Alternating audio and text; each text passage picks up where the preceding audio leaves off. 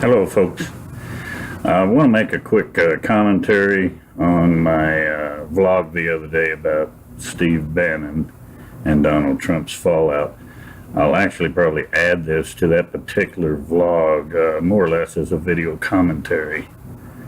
I want to make it clear I'm not backtracking on anything I said. I just want to add new information that has come out recently. Specifically, Steve Bannon has apologized publicly, if you want to call it that, and Donald Trump has continued just eviscerating him in public. And so this is important to the situation, I believe, and I wanted to comment on it. Again, everything I said before, I still believe this is a terrible thing for MAGA. This is a terrible thing for America because of the way it's handled. This is not to defend Bannon in any way. In fact, part of what I'm going to say here is to kind of delve into whether or not he really made a huge mistake, which I did not quite believe before. I was more on the lines that the author had, made up a bunch of stuff. And if you look at Steve Bannon's apology, the one thing he did not do is he did not dispute some of the major things that he said. He made an off-the-cuff comment that the guy took him out of context and didn't say everything specifically. But there are specific things that he could have denied that he did not. And specifically, I'm talking about the word treason. He used the word treason with Donald Trump Jr. in that meeting that he had with that Russian lawyer who, in fact, was just looking to get a client some favors, is all that meeting really was. But we don't care about that in America. It's the image that makes the difference. It's bad optics.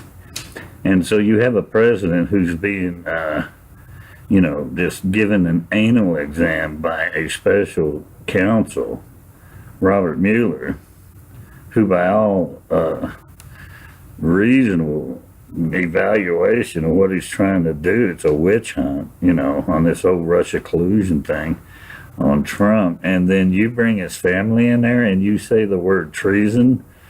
What do you expect? How do you expect Donald Trump to react to that particular thing? I mean, in a way, he kind of had no choice. I still say that they should have gotten together, talked about it, attacked the author, and moved on from there. And even if Donald Trump wanted to dismiss Bannon down the line, he could have done it. He could have done it slowly in a less public way. And it would have kept from eviscerating the movement itself. Now, if you look at that and then you combine it with a few statements that Donald Trump has come out with lately, it's very troubling.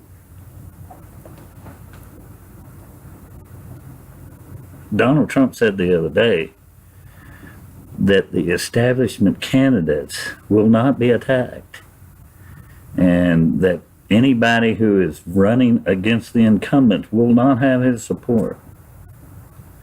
Then he came out today and said that the fringe candidates who have attacked McConnell's establishment are scattering. He's basically saying the war's over and McConnell won. This is what I warned you of in the video, that this is what was going to happen. The establishment was going to be the winner of this particular little problem. And the rest of us are going to suffer for that. And Donald Trump as much as come out and admitted that publicly, more than once. So I just wanted to chime in on that and let you know that it seems to be worse than I thought, at least in terms of what Bannon did and what he said. I can't explain it. He seems to be a smarter guy than that. So it really kind of bothers me that he would go that far. I mean, people say, oh, he did it for the money. Man, the guy's already got money. I can't see him doing it for the money. There has to be more involved, which brings up this. When I saw this apology, so-called, I started wondering, this doesn't seem right. From the very beginning, it doesn't seem right. And then again, Trump's anger.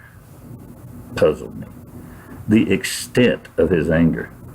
At one point, he even told his people that if you go out there and speak for me publicly and on the airwaves, you will eviscerate Steve Bannon.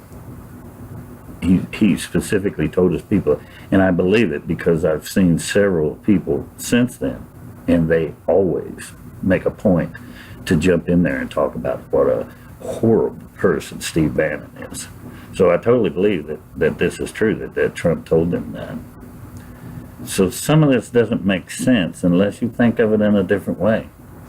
This is all politics here, and all politics is brutal. And if you'll remember, Steve Bannon didn't come on board with Trump until after he won the primary. In fact, Steve Bannon was a Ted Cruz supporter throughout the primaries. So you got a Ted Cruz guy. Yeah, my dad killed JFK. That guy. Just kidding. That's what Donald Trump suggested lightly during the campaign. Drove old Ted crazy, and I don't blame him. But this is what we're looking at, is a person who used to be part of Ted Cruz's campaign, who is now on the inside of the Donald Trump administration, who has been accused by almost everybody now of being the primary leaker during these initial few months of the administration, who now goes out and makes statements for a book. I mean, that he knows is going to be a trashy book, but nevertheless makes statements using the word treason and other things, to describe Trump and his children and stuff. And you have to wonder, is there something a little more involved than what we might think? This is one of those situations where I hope I'm wrong. I really do. I hope I'm wrong. Because this type of infighting amongst each other, amongst people who have ambition and who want to move up and are willing to take down one of our own people in order to move up. This is how we get President Obama. This is how we get President Carter and all these other Democrat presidents that just ruin us. Is this backbiting and infighting by ambitious people who can't help themselves. So I hope I'm wrong on all this, but I just want you to know that we all need to keep our eyes out. One more thing I want to say real quick, though, is that you cannot discount the idea that some of this is true.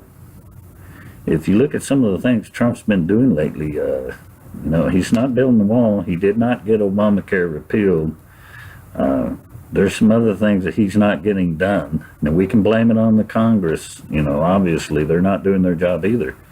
But Trump's this guy that's got that ego, and he wants to do something.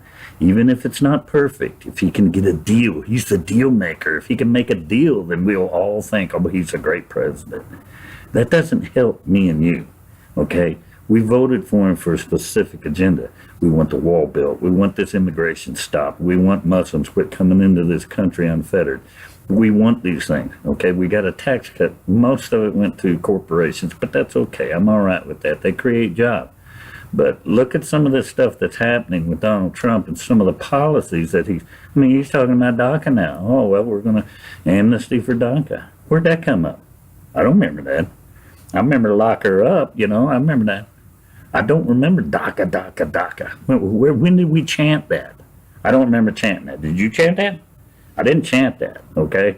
So I don't know where that's coming up, but all of a sudden that's on the table now. Okay, DACA amnesty, we're okay with that. What? That's not what I voted for. So when I look at some of these things that Trump is leaning towards, the idea that the White House has been compromised and that people may be very close to Donald Trump, children, may be influencing some of his decisions. Maybe Steve Bannon's not far off on these statements that he made. That would explain why he actually made them. If he is a true believer and he really does want to help this country and he really believes that it's going in the wrong direction. So I just want you to keep one thing in mind. Do not be completely surprised if a couple years from now you're not listening to an interview with Steve Bannon on some show where he says basically, see, that's when I was trying to tell you. That's why I talked to that stupid author of the book. I wanted to get it out there that this was happening, and nobody listened to me. And now here we are. Maybe we ought to go with Ted Cruz.